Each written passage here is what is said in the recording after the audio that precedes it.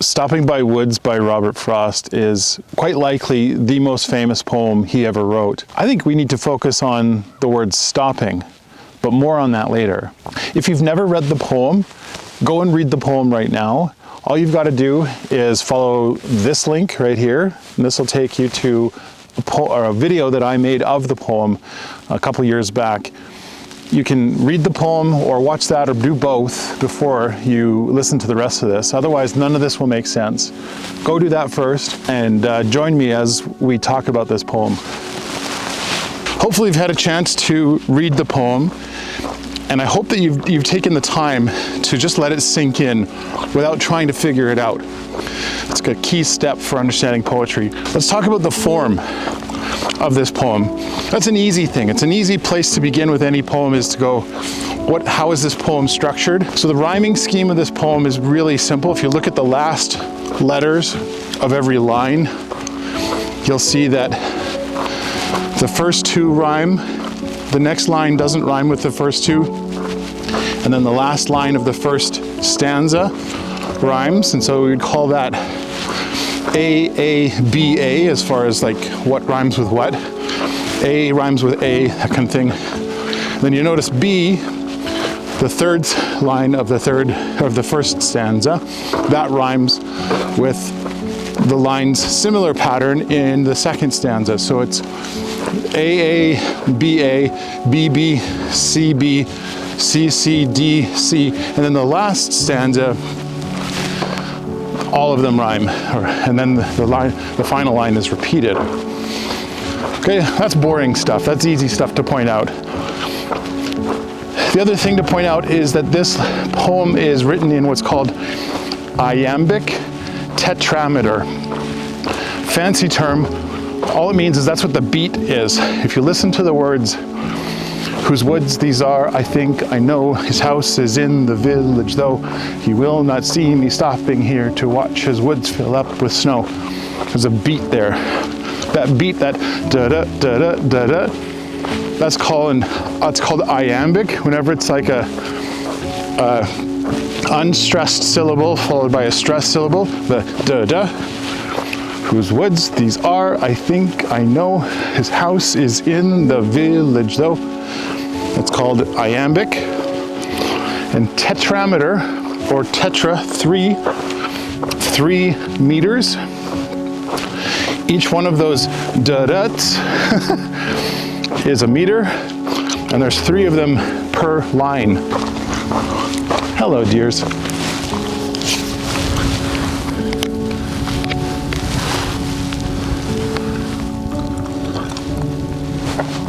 Focusing on that stuff often gets people sidetracked about this poem. I will say this is one of the most over-analyzed poems in poetry history. One of the things that you have to understand about Robert Frost is there's a character in one of his poems who says he's in love with being misunderstood. And I think that characterizes Robert Frost really well.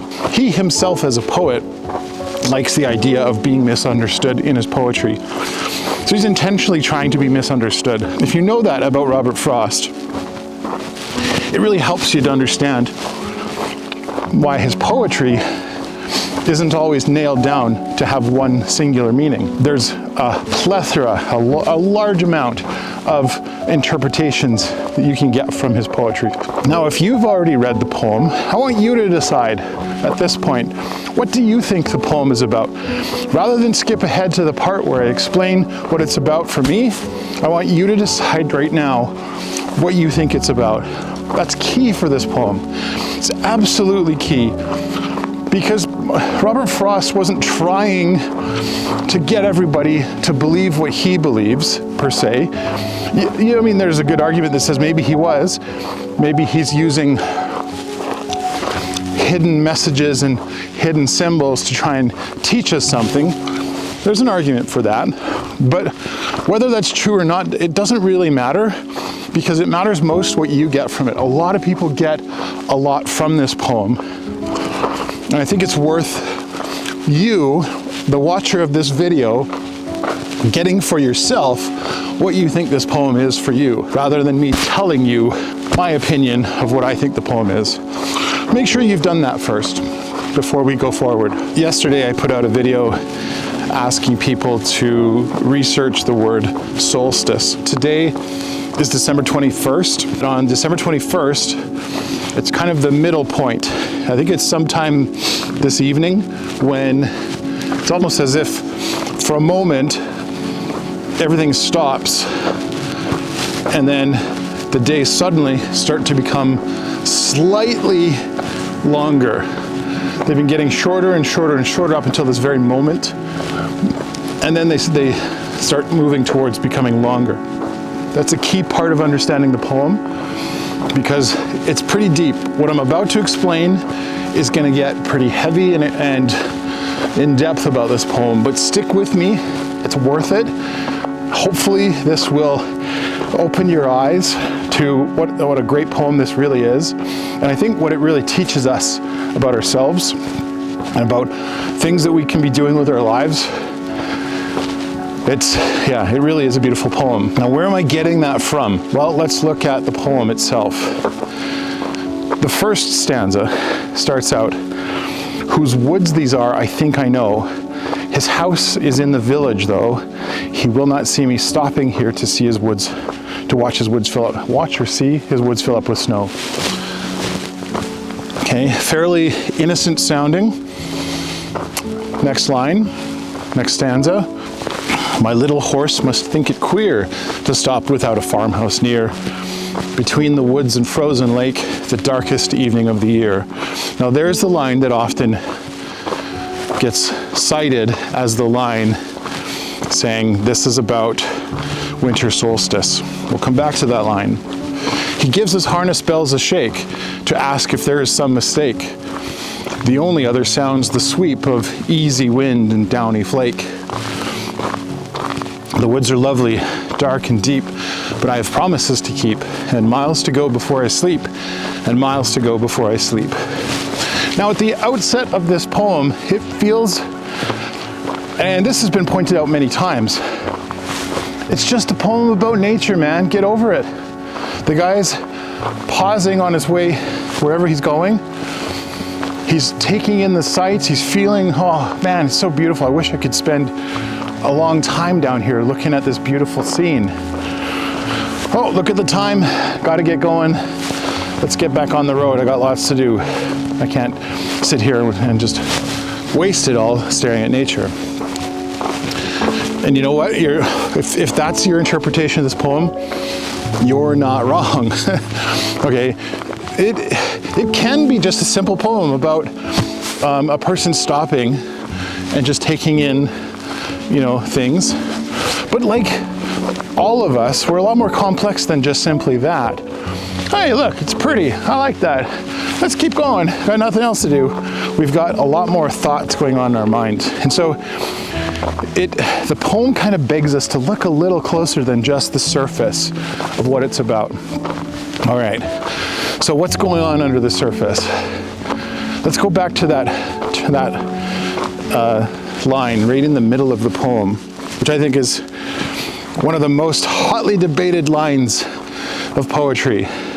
And it's this line, "The darkest evening of the year." All right. It would be easy to just think, oh, no problem. This just means winter solstice. That's the darkest evening of the year. But technically, that's not true. Okay, the winter solstice is the longest evening of the year. Okay, that's when the most amount of darkness, if you want to put it that way. But it doesn't necessarily mean that it's the darkest. And so then you have to consider the word darkest. Is this, for this narrator, the person narrating the poem, the darkest evening of this person's life? And if it is, if it's a really dark memory that this person is revisiting, well then the poem takes on this new meaning.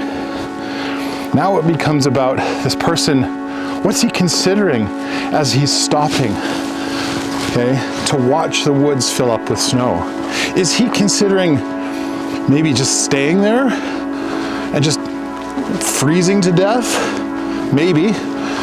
And really, these are the two camps that people have fallen into when they look at this poem. They either fall into the side, it's just about nature. It's about him wishing he could explore it more, but he doesn't have time. He's got so many things to do. Or the flip side, he's going through something really bad, maybe even suicidal.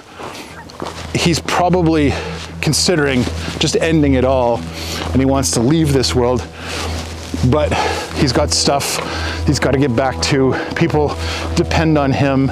He better get back to where he was and take care of those things, because he's got miles to go before he sleeps. There's other interpretations, obviously. I'd love to get into the one that I feel, probably the one that we all need to hear right now. It's such a busy time of year. People are out right now.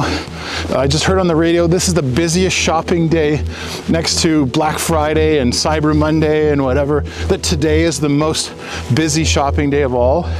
We've been kind of barreling towards darkness. It feels like, okay, becoming the darkest evening of the year tonight. To me, what this poem signifies, what it provides for me, is this sort of hope. And it's a symbolic hope in the hope that comes from the change in the seasons, the change in the way that the earth functions. Because as we stop right in the middle, and we stop between the days being not shorter or longer, somewhere in the middle, and pause for just a second, it gives us an opportunity to feel the hope that it's going to get better, that the days will be longer. We will have more time in the days. As those days get slightly longer from here on in, we'll have that chance to experience more daylight, experience more of the joy that comes from being outside, or if you're not a person that likes going outside, at least more sunlight. But I think that there's a key line there, and it comes right before that line of the darkest evening. Between the woods and frozen lake. I know that's not a lake, that's a river. Between the woods and frozen lake, the darkest evening of the year. Consider how in this poem, the first two stanzas seem to be pushing towards something dark. Think about the first line. Whose woods these are, I think I know. His house is in the village, though he will not see me stopping here. It's like trying to hide or pretend or get away from the rest of the world. Just trying to move away and avoid it. Okay, the first two lines seem to be about avoidance. Even the horse, he says, my horse must think it queer to stop without a farmhouse near.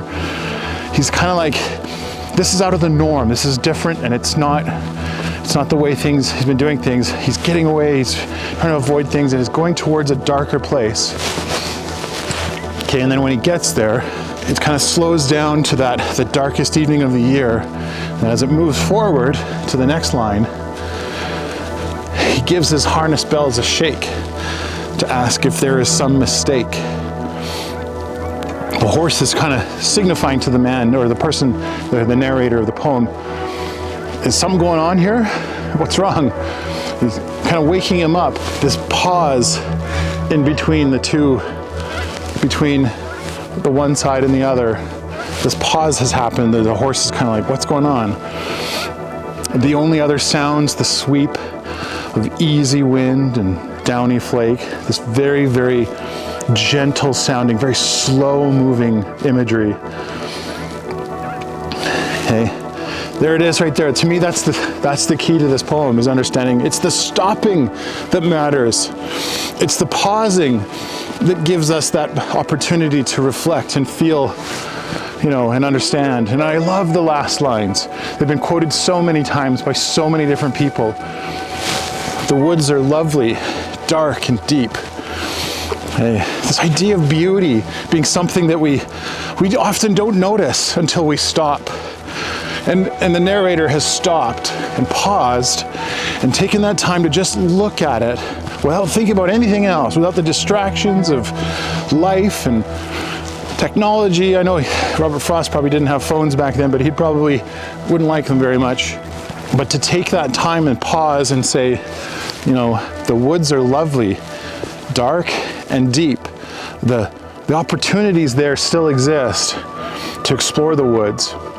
And they are dark, meaning there's darkness there if you explore them for too long.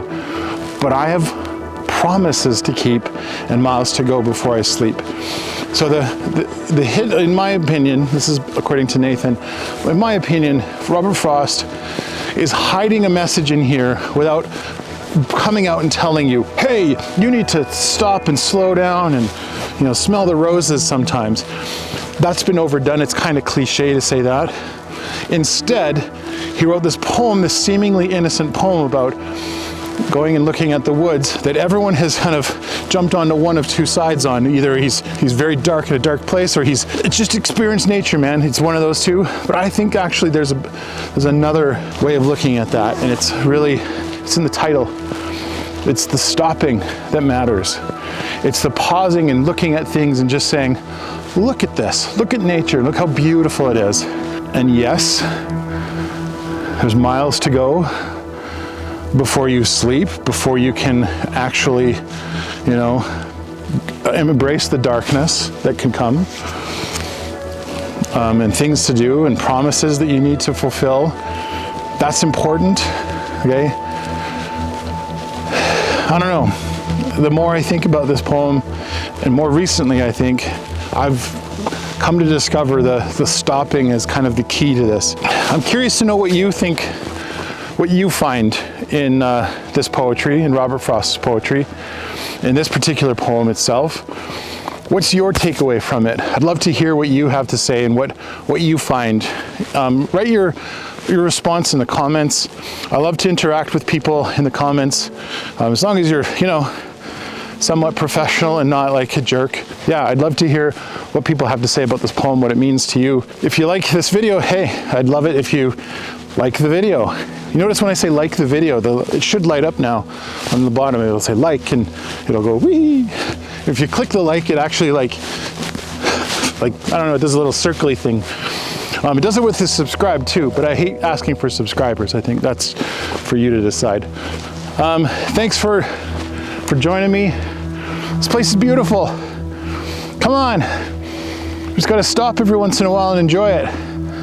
It's such a beautiful place. Hey, wherever you live, whatever part of the world you live on, December 21st, winter solstice. The days are gonna get longer. It's only gonna get better from here. The new year is just around the corner. 2024 is gonna be awesome. I hope to see you there. I hope you join me as I explore 2024 on this channel, on my other channels. We'll see you on the trail.